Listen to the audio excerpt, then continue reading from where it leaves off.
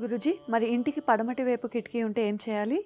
ఇంట్లో పరమటి వైపు ఎక్కడైతే కిటికీ ఉంటుందో విండోస్ అంటే ఎగ్జాక్ట్లీ ఆ కార్నర్కి, అంటే ఎగ్జాక్ట్లీ మనం నైరుతి అంటాం కదా, అక్కడ కొంచెం ఎప్పుడు కూడా క్లోజ్లోనే ఉండాలి. అది ఎప్పుడు ఓపెన్ చేయకుండా ఉంటే మంచిది.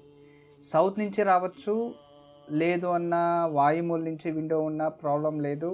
లేదో అదే రూమ్లో ఎగ్జాక్ట్లీ ఆ మడుకులో, అంటే ఆ నార్త్ కాదు వెస్ట్ అండ్ సౌత్ కార్నర్లో విండో ఉండకూడదు. కొంచెం ఈ పక్క ఉంటే ప్రాబ్లం లేదు, అలా చూసుకోవాలన్నమాట. అలా ఉన్నా కూడా క్లోజ్ చేసి పెట్టడం మంచిది. ఎప్పుడు కూడా అక్కడ ట్రెజరీ అంటాం కదా, అంటే ఇంటికి ట్రెజరీ అంటే డబ్బులు దాచుకున్నవి, నగలు దాచుకోవడము, లేదా ఏదైనా దవస ధాన్యాలు పెట్టుకోవడం, ఇలాంటి ఏదైనా ట్రెజరీగా దాన్ని ఉపయోగించేయాలి అని చెప్తుంది. చాలా మంచిది అది ఆ ప్లేస్. అలా ఉండడం వలన అక్కడి నుంచి మనకు చాలా ఉపయోగాలు పడతాయి. అక్కడి నుంచి ఆ ఇంట్లో డబ్బు, నగలు, నాణ్యాలు ఇవన్నీ కూడా ఎక్కువ అభివృద్ధి అవుతూ ఉంటాయి. పాతకాలంలో రాజమహారాజు వాస్తుల్లో అవి ఉంటాయి. ఇప్పుడు కూడా మనం ఒక డూప్లెక్స్ ఇల్లు కడుతున్నామంటే అది మహారాజు మాల్లాగే ఉంటుంది. దానికి అవన్నీ కొంచెం జాగ్రత్తగా పాటించాలి. ఇక్కడ మెయిన్ థింగ్ ఏంటంటే, చాలామంది ఎక్కువగా ఓ రాజకీయంలో వెళ్ళాలి, ఒక ఉన్నత స్థానానికి వెళ్ళాలి, లేదా ఏదో ఒక దాంట్లో మంచి పేరు ప్రతిష్ట సంపాదన చేయాలి అనుకుంటారు. వాళ్ళకి ఆ ఇంట్లో వెళ్ళిన తర్వాత ఒక ఉన్నత స్థానం అనేది పడిపోతూ ఉంటుంది. రోజుకి వాళ్ళు ఏం చేసినా అవ్వదు. పేరు ప్రతిష్ట గుర్తింపు ఉంది, అయితే ఒక అధికారం దొరకలేదు.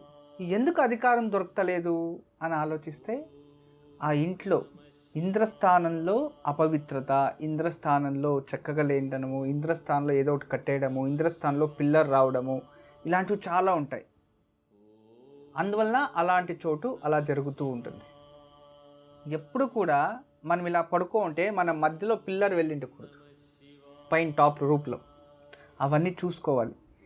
అవన్నీ కొందరు ఈ బీమ్స్ అవి ఇవి వేసింటారు, మధ్యలో ఏదో పార్టేషన్కి అని వేసేసి ఏదేదో కొన్ని చేసుకో ఉంటారు. బట్ కొన్ని ఎనర్జీ లెవెల్స్ మనం ఎక్కడెక్కడి నుంచి ఫ్లోట్ అవుతున్నాయి చూస్తేనే తెలుస్తుంది. తర్వాత సింహద్వారానికి వేరే వాకళ్ళు అడ్డం రావడం, వేరే మడుకులు అడ్డం రావడం, ఇలాంటివన్నీ కొన్ని ఉంటాయి. అవన్నీ తొలగించుకుంటే ఖచ్చితంగా వాస్తు అనేది ఒక విజ్ఞానం. నేను ఇంతకుముందే చెప్పాను. దాన్ని దబ్బకుండా ఇది చేయకుండా, వేరే చేయకుండా దానికి పర్యాయ వ్యవస్థలు ఏదైనా ఉంటాయి. పర్యాయ వ్యవస్థలు అంటే సూక్ష్మదారులు, సూక్ష్మంగా ఒక పరిహారాలు, వాటిని చేసుకుంటే ఖచ్చితంగా వాటి నుంచి బయటపడచ్చు, ప్రాబ్లం అయితే లేదు. ఇంకొక విచారం ఏంటంటే, మనిషికి బతకాలంటే అతనికి ఒక మంచి మార్గం కావాలి, మంచి దారి కావాలి, ఒక ఉద్యోగం చేయాలి, సాటిస్ఫాక్షన్ ఉండాలి ఆ ఉద్యోగంలో. ఆ ఉద్యోగంలో తృప్తి లభిస్తుందా లేదా, ఉద్యోగంలో ఉండేంత రోజు బాగుంటుంది, ఇంట్లో వస్తే గొడవలు వస్తాయి. ఇవన్నిట్లు కూడా ఇంట్లో ప్రశాంతత తప్పిపోవడానికి ఇల్లు కారణమైంటుంది, ఉద్యోగము కారణమైంటుంది. అన్ని విధాలుగా మనం ఆలోచించాలి. ఎందుకంటే ఉద్యోగంలో ఉన్న ఫ్రస్ట్రేషన్స్తో తెచ్చి భార్య పిల్లల మీద వదిలితే ఇంట్లో గొడవలు జరుగుతూ ఉంటాయి. ఇక ఇంట్లో ఉండే వాళ్ళంతా ఇంట్లో ప్రశాంతత లేదు అని చెప్పి మళ్ళీ ఉద్యోగానికి వెళ్తే ఇక్కడ ప్రశాంతత లేదు, అక్కడ ఉద్యోగం సరిగ్గా చేయలేడు. అమ్మా, అలాంటి వాళ్ళది నిజమైన ప్రేమ కాదు, అది వ్యామోహం.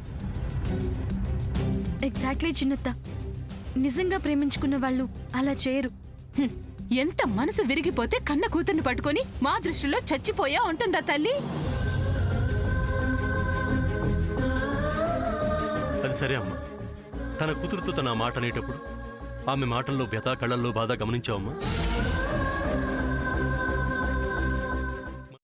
పెద్దబాబుకు బర్త్డే విషెస్ చెప్పు కూడా వెళ్ళాం కదా.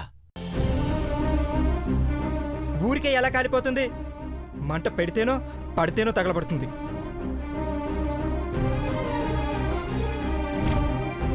కరెక్ట్ చిన్నబాబు, నీకొచ్చినట్టే నాకు డౌట్ వచ్చింది. పార్వతే షర్టును తగలబెట్టిందనుకుంటా.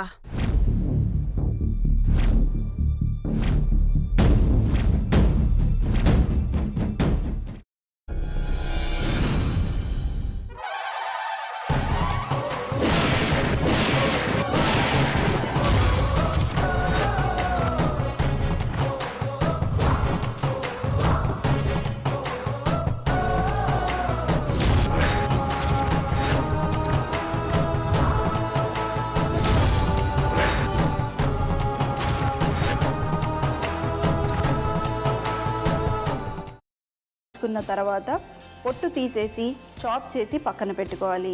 ఒక ప్యాన్లో కొద్దిగా నూనె వేడి చేసి అందులో ఆవాలు, మినప్పప్పు, శనగపప్పు, కరివేపాకు, సన్నగా తరిగి పెట్టుకున్న ఉల్లిపాయలు వేసుకుని 1 నిమిషం పాటు వేయించుకోవాలి. ఆ తర్వాత కాల్చి కట్ చేసి పెట్టుకున్న వంకాయని కూడా అందులో వేసుకుని బాగా మిక్స్ చేసి బౌల్లోకి ట్రాన్స్ఫర్ చేసుకుని అందులో తగినంత చిక్కటి పెరుగు లేదా పల్చటి పెరుగు వేసుకుని మిక్స్ చేసి అన్నంతో కానివ్వండి, చపాతీతో కానివ్వండి సర్వ్ చేసినా చాలా బాగుంటుంది.